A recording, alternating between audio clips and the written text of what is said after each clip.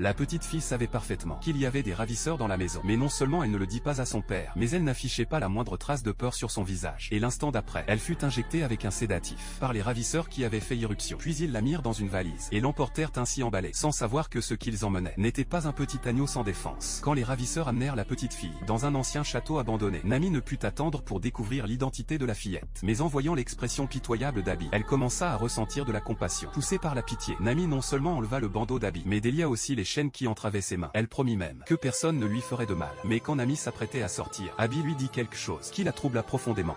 I'm sorry about what's gonna happen to you.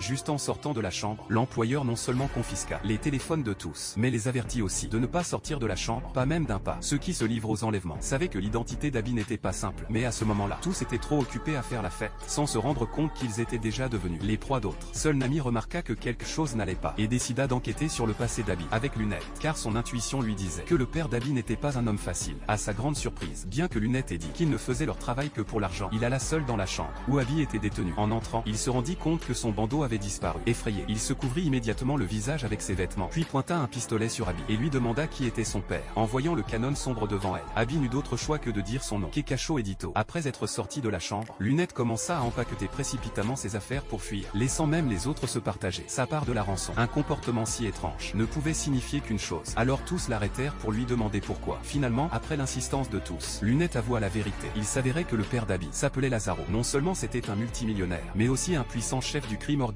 Quiconque osait s'en prendre à lui ne vivait pas pour le raconter. Et maintenant, ils avaient enlevé sa fille.